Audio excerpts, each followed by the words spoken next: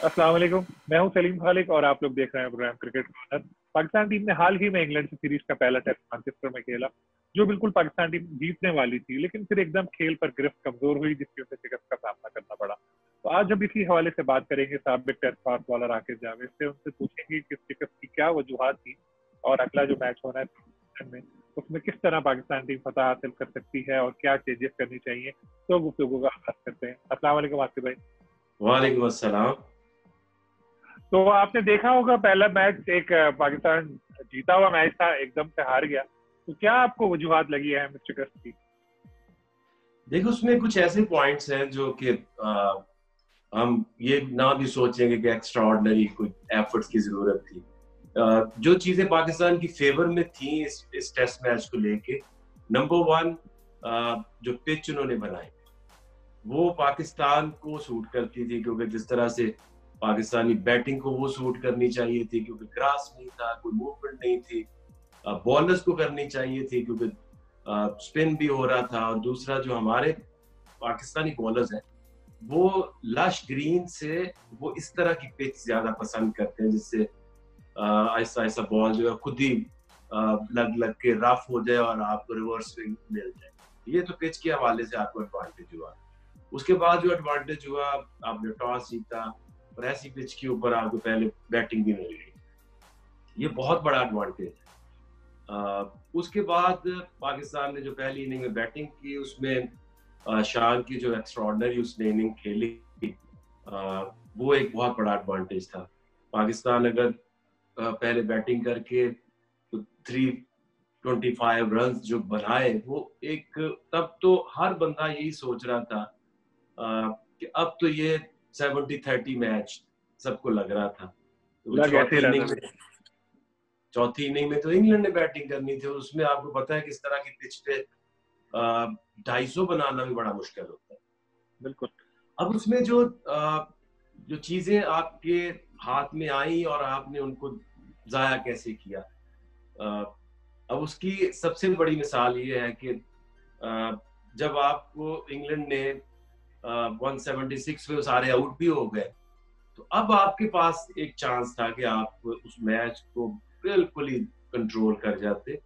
एक reasonable score चाहिए था आपका पाकिस्तान की सेकंड इनिंग में, जो कि आप कम भी करते तो 250 रन कर देते, तो फिर तो चांस ही ना रहता इंग्लैंड के पास। अगर आप देखें तो अभी तक जो अजहर अली की बैटिंग है, वो उसको असेस करें तो वो टीवी के ऊपर बार बार दिखा भी रहे थे कि इंग्लैंड बॉलर्स को भी पता है, अजहर अली को भी पता है, हमारे कोचिंग स्टाफ को भी पता है। तो वो एक सिंपल प्लान अजहर के खिलाफ लेके आएंगे कि into the wicket full ball करो और वो मिस करेगा, लेग बी 4 हो जाएगा। अब अच्छा, मैं इसमें आपकी बात काट रहा हूँ। जी जी। तो क्या ये कोचेस को जब ये बात पता है कि अजहर की ये खामी है, तो उसको दूर क्यों नहीं करा रहे? जब टीवी पे कमेंटेटर बोल रहे हैं, अजहर को भी आप कह रहे हैं पता होगी कोचेस को, तो उनको दूर करने की कोशिश नहीं करनी चाहिए? तो देखिए, जो चीज आपकी आप लैग कर रहे होते हैं ना, उसको फिर वक्त आपको जाने से पहले जो कैंप लगा हुआ था, उसमें ये बात को सामने लाना चाहिए था कि वो इसको इतना असेस कर चुके हैं कि अब उन्होंने इसको लेग बी 4 कराना है, तो तब इसको प्रैक्टिस कराते। और जब आप नहीं प्रैक्टिस से भी ठीक हो रहे, तो आप ना कुछ चेंज लाते हो। जैसे आप अगर क्रीज के अंदर खड़े हो तो आप बाहर चले जाओ, डीप चले जाओ, अपने आप को, अपने शोल्डर को थोड़ा सा, और जो फ्रंट लेग है उसको थोड़ा ओपन अप करो, ताकि जो बॉल है आपके बैट पे लगे और लेग टांग पे लगे भी तो वो लेग स्टंप पे चली जाए। तो आपको थोड़ी सी चेंजेस करनी पड़ती, वरना एक, अगर आप एज बॉलर, मुझे को पता हो कि मैंने सीधा बॉल विकेटों में कराना, आगे कराना, और अगला बैट्समैन जो है वो कुछ भी चेंज नहीं कर पा रहा, तो मेरे लिए कितना आसान है। एक ये चीज देख के लगा कि प्रोएक्टिव अप्रोच जो थी वो नहीं थी। अब अगर आप इस पूरे ये तो पाकिस्तान के पास जो चांसेस है ना, और उसके बाद जब आपको 277 का टारगेट मिल गया और आपको 5 विकेटें भी मिल गई, उस वक्त अगर आप देखें तो जो पहली 5 विकेटों की पोजीशन है, उसमें आपकी फील्ड प्लेस, आपके बॉलर्स की अप्रोच, और जब 5 आउट हो चुके हैं और उसके बाद भी same strategy, same field placing और सेम जो आपके बॉलर्स हैं उनका एटीट्यूड। और उधर से जब एक जो सोच है, ये उसकी वजह से इंग्लैंड जीता है कि जहां पे वोक्स और बटलर ने ये सोचा कि अब ये मैच तो हमारे हाथ से निकल चुका है और अटैक करते हैं, this is the only option. अगर हम एकदम अटैक करें और जल्दी से रन तेजी से बनाएं तो हो सकता है हम इस प्रेशर से निकल जाएं और किसी मैच को किसी तरफ लेके जा सके। उस वक्त कोई बंदा ये नहीं सोच रहा था, हर बंदे की यही सोच थी कि अब तो मोर देन 80% तो पाकिस्तान जीतेगा। उस वक्त किया क्या कि होल्ड बैक, सेम आपने फील्ड रखी, सेम बॉलर्स ने एफर्ट लगाई और जब उन्होंने 6 ओवर खेलना शुरू किया, चौके मारने शुरू किए, तो जल्दी से पैनिक हो गए और डिफेंसिव हो गए। असल में उस वक्त चाहिए ये था कि जैसे यासिर को एक तरफ से लगाया था तो short leg silly mid of लेके आते, स्लिप रखते और उसको कहते हैं कि कार बॉल इनको चलाने दे, पीछे जरूर कैचिंग पे भी रखते। तो अब जब आप उनको सिंगल्स भी दे रहे हैं, फील्ड आपने खोली हुई है और दूसरी तरफ जो फास्ट बॉलर्स है उसमें दो मेजर गलतियां नजर आती हैं। एक ये कि वोक्स को स्पेशली शॉर्ट बॉल नहीं किए, अब राउंड द विकेट आते, स्क्वायर लेग, फाइन लेग और शॉर्ट लेग रख के अब डिफरेंट तरीके से अटैक करते। वो किसी को नसीम से ये करा के देखते, फिर शाहीन को लेके आते round the wicket into the body, तो कुछ आप चेंज करते, कुछ कटर्स मारते क्योंकि रफ पिच थी। और एक जो सबसे बड़ी जो चीज पाकिस्तानी बॉलर्स के लिए मुझे मायूस को नजर आई है वो है कि इस पिच के ऊपर अगर चौथी इनिंग में आपका रिवर्स बॉल नहीं हुआ तो ये बहुत ही एक क्वेश्चन मार्क है कि क्या तो अजहर अली ने भी हैरत का इजहार किया था कि रिवर्स स्विंग नहीं हुई चौथी इनिंग में। हाँ, तो क्यों नहीं हुई? उसकी वजह होती है कि क्या बॉल की लुक आफ्टर किसने करनी थी। जैसे अगर आप देखें तो एंडरसन उनकी टीम का एक बैक ऑफ लीडर है बॉलर्स का, तो वो बॉल सीधी उसके पास जाती है, वो उसको लुक आफ्टर करता है, वही शाइन करता है। यहाँ हमें नजर नहीं आया कि वो कौन एक लीडर था बॉलिंग में जिसने बॉल की लुक आफ्टर करनी थी। बॉल की शाइन नजर आई लेकिन दूसरी साइड जो है वो रफ नहीं हुई, क्योंकि आप डिफरेंट चीजें डिस्कस करते हैं कि यार अगर इस पिच के ऊपर आपको नाखून मारने की या कोई चीज और डैमेज करने की जरूरत नहीं है, आपने क्रॉस सीम बॉलिंग करनी थी बीच में और आपने कोशिश ये करनी थी कि जो रफ एरिया है उसके ऊपर मार के short ball, short of a length ball करे। वो इतने इतने बड़े निशान पड़ जाते हैं, वो खुद ही बॉल रफ हो जाता है। तो ये एक बहुत बड़ा क्वेश्चन मार्क है। और दूसरा एक इस मैच के बाद मुझे, जो मैच से पहले भी मैंने बात की थी कि सुहेल खान को इस पिच के ऊपर जरूर खिलाना चाहिए, क्योंकि आपके सारे ये जो बॉलर्स हैं इसमें शाहीन भी अभी उस स्टेज के ऊपर मैच्योर नहीं हुआ कि उसे पता हो कि किस तरह से बॉल बनाना है, किस तरह से उसको रिवर्स कराना है। उसको बना हुआ बॉल दे देंगे और वो स्विंग तो करा लेगा, लेकिन उस बॉल को रिवर्स स्विंग कराने के काबिल कौन बनाएगा? Naseem Shah is very young, ना उसको कोई आइडिया है और ना उसको कोई तरीका आता है। आवाज जो है वो रिवर्स स्विंग के ऊपर डिपेंड ही नहीं करता। तो ये सुहेल खान को ना खिला के एक बहुत बड़ी गलती हुई है, क्योंकि पाकिस्तान में सबसे बेहतर जो रिवर्स स्विंग करा सकता है वो सुहेल खान है।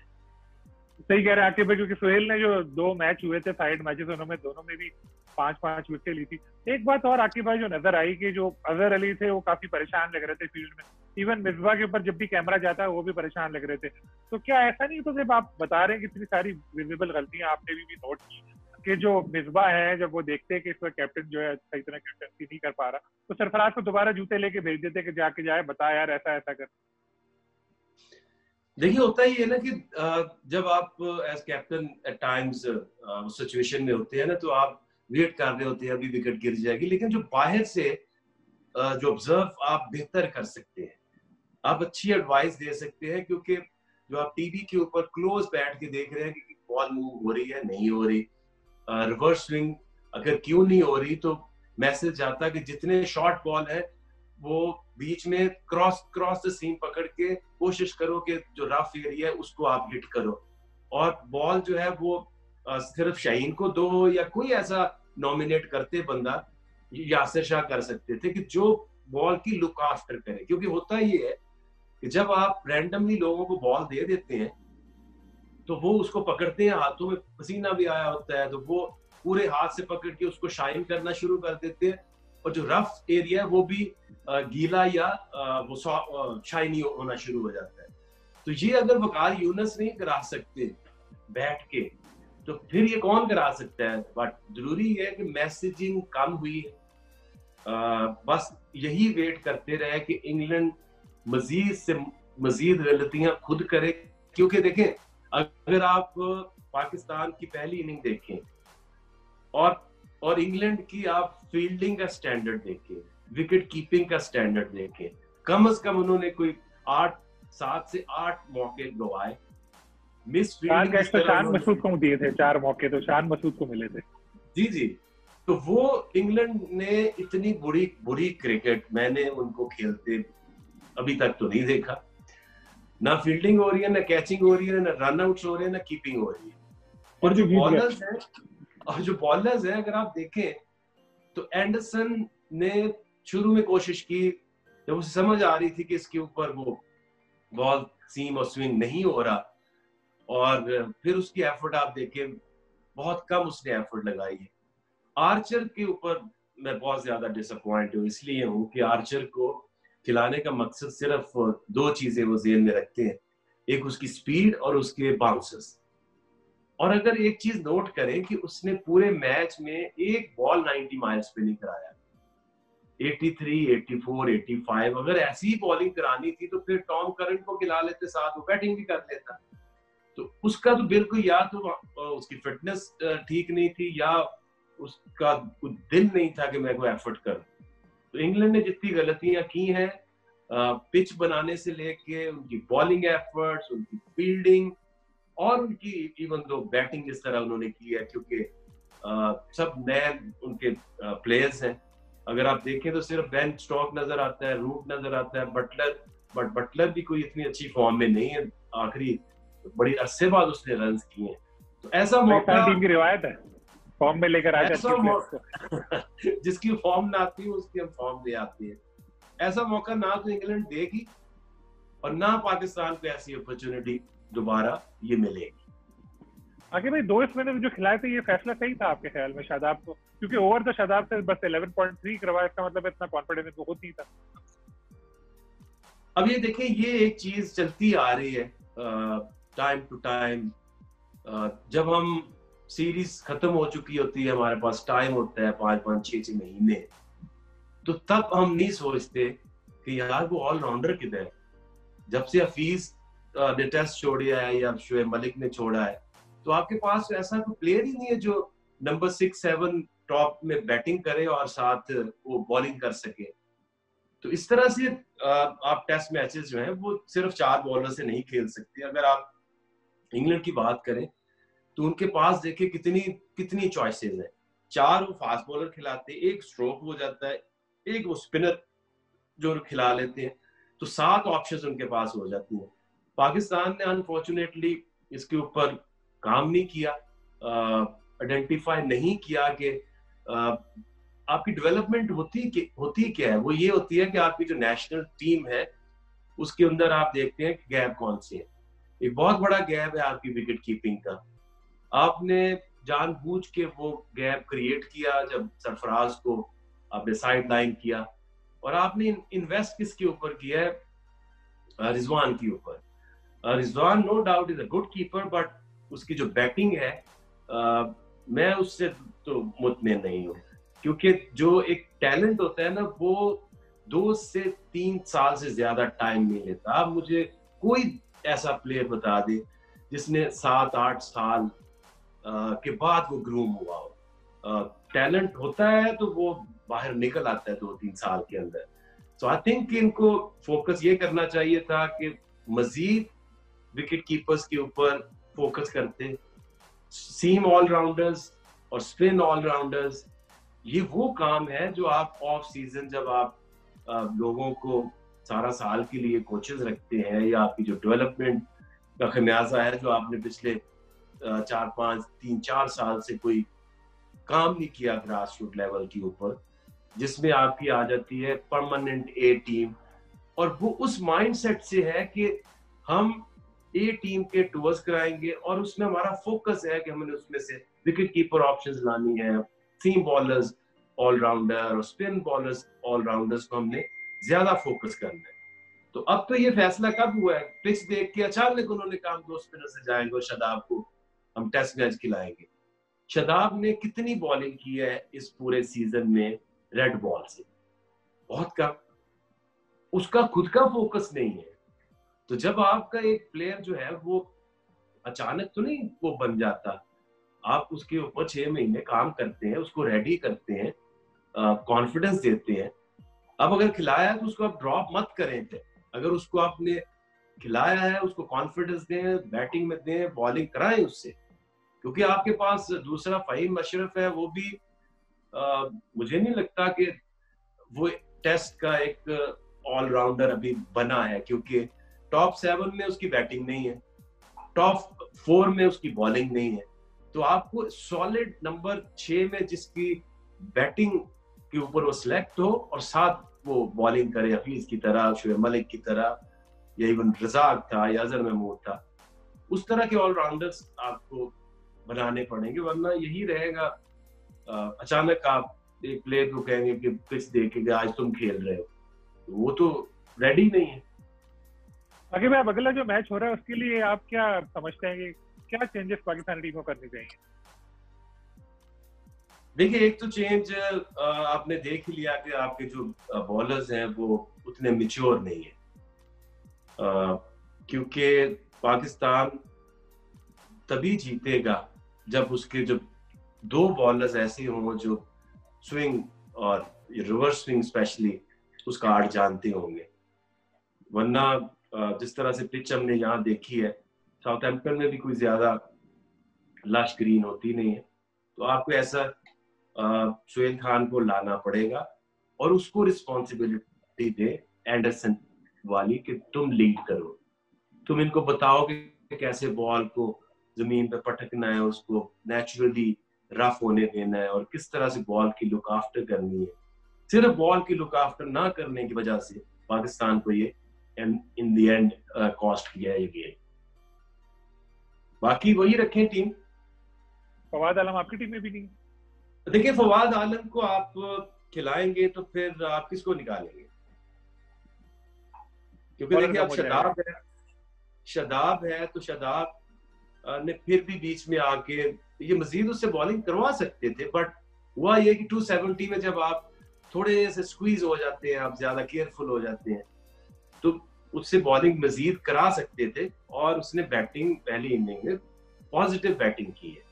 अगर फवाद को खिला देते हैं, शादाब को बाहर कर देते हैं, तो क्या आपकी ये जो 4 बॉलर्स हैं ये 20 विकेटें ले सकते हैं? या तो फवाद को भी बॉलिंग कराएं, उसको बीच में यूज करें और उसको 6 नंबर पे खिलाएं, 7 पे रिजवान को ले आए। एक ये ऑप्शन है। ये ऑप्शन सिर्फ ये है कि हमने फवाद आलम को खिलाना है। हाँ, उस वक्त जरूर खिलाए कि आपके अगर जो 4 बॉलर्स हैं वो इतने मैच्योर हो कि आपको 5वें की जरूरत ना पड़े। आपके नसीम साहब बच्चा है, शहीन है, अभी ग्रूम हो रहा है, यासिर शाह एक ऐसा बॉलर है आपके पास जो जिसके ऊपर आप डिपेंड कर रहे हैं, but you need somebody to support Yasir. तो वो सुहेल खान जरूर हो सकता है। चाहे आप देखें, आपने नसीम शाह को नहीं खिलाना तो सुहेल खान को लेकर आए, ताकि आपको हर सिचुएशन में जब कुछ भी नहीं हो रहा होता तो फिर तब रिवर्स स्विंग आपकी काम आती है। और मैं आपको बता रहा हूँ कि वो बहुत बेहतर बॉल बना लेता है, उसको रिवर्स स्विंग करा लेता है। आगे में क्या लगता है आपको, पाकिस्तानी टीम सीरीज बराबर कर सकती है अगले मैच जीतकर? देखिए, उसमें डिपेंड ये करता है कि इंग्लैंड किस तरह से रिस्पॉन्ड करती है, क्योंकि अब बेन स्टोक भी नहीं होंगे। तो बेन स्टोक अकेला उनकी 30-35% टीम का कंट्रीब्यूटर था। तो उसके जाने के बाद वो किसी को भी लेकर आएंगे तो मुझे नहीं लगता कि ऐसा प्लेयर उनके पास है। हाँ, दूसरा एक चीज जरूर है कि जो उनका ऑफ स्पिनर बेस है उसको लेके मैं बहुत परेशान हूँ, क्योंकि उसकी जो बॉलिंग है वो उस काबिल नहीं है कि आप उसको टेस्ट मैच खिलाओ। उनके पास इससे बहुत बेहतर ऑप्शंस पड़ी हुई है। मोइन खान है, समित पटेल है, उनका जो लेग स्पिनर आदिल रशीद है, उन तीनों का इससे कोई मुकाबला है। बट आई थिंक वो भी अब आगे बढ़ने की कोशिश कर रहे हैं, मजीद ऑप्शंस को ट्राई करने की कोशिश कर रहे हैं। बट अगर उनके पास अभी बेन स्टोक गया है तो they have to bring like Moin Khan, Moin Ali या समित पटेल स्पिनर की जगह, और एक प्रॉपर बैट्समैन ऐड कर सकते हैं बेन स्टोक की जगह। बहुत बहुत शुक्रिया आकिब भाई, मैंने उम्मीद हमें भी यही अच्छा टीम परफॉर्म करे। आकिब जावेद की गुफ्तगू आपने सुनी, उन्होंने बड़ी तफसील से पाकिस्तान टीम की शिकस्त की वजूहात बयान की, साथ में मशवरा भी दिया उन्होंने कि सुहेल खान को प्लेइंग 11 का हिस्सा होना चाहिए। सुहेल खान की फॉर्म भी अच्छी है, 2 बार 5 विकेटें उन्होंने ली थी जो पाकिस्तान ने प्रैक्टिस मैचेस खेले थे। देखते हैं अब टीम मैनेजमेंट क्या फैसला करती है। बहरहाल हमारी टीम अच्छी है और हमारी नेक तमन्ना उसके साथ है। उम्मीद है कि दूसरा टेस्ट जीतकर सीरीज बराबर करेगी और बाद में फिर तीसरा टेस्ट जीतकर सीरीज जीतेगी। इंशाल्लाह फिर किसी और गेस्ट के साथ आपकी खिदमत में हाजिर होगा। अल्लाह हाफ़िज़।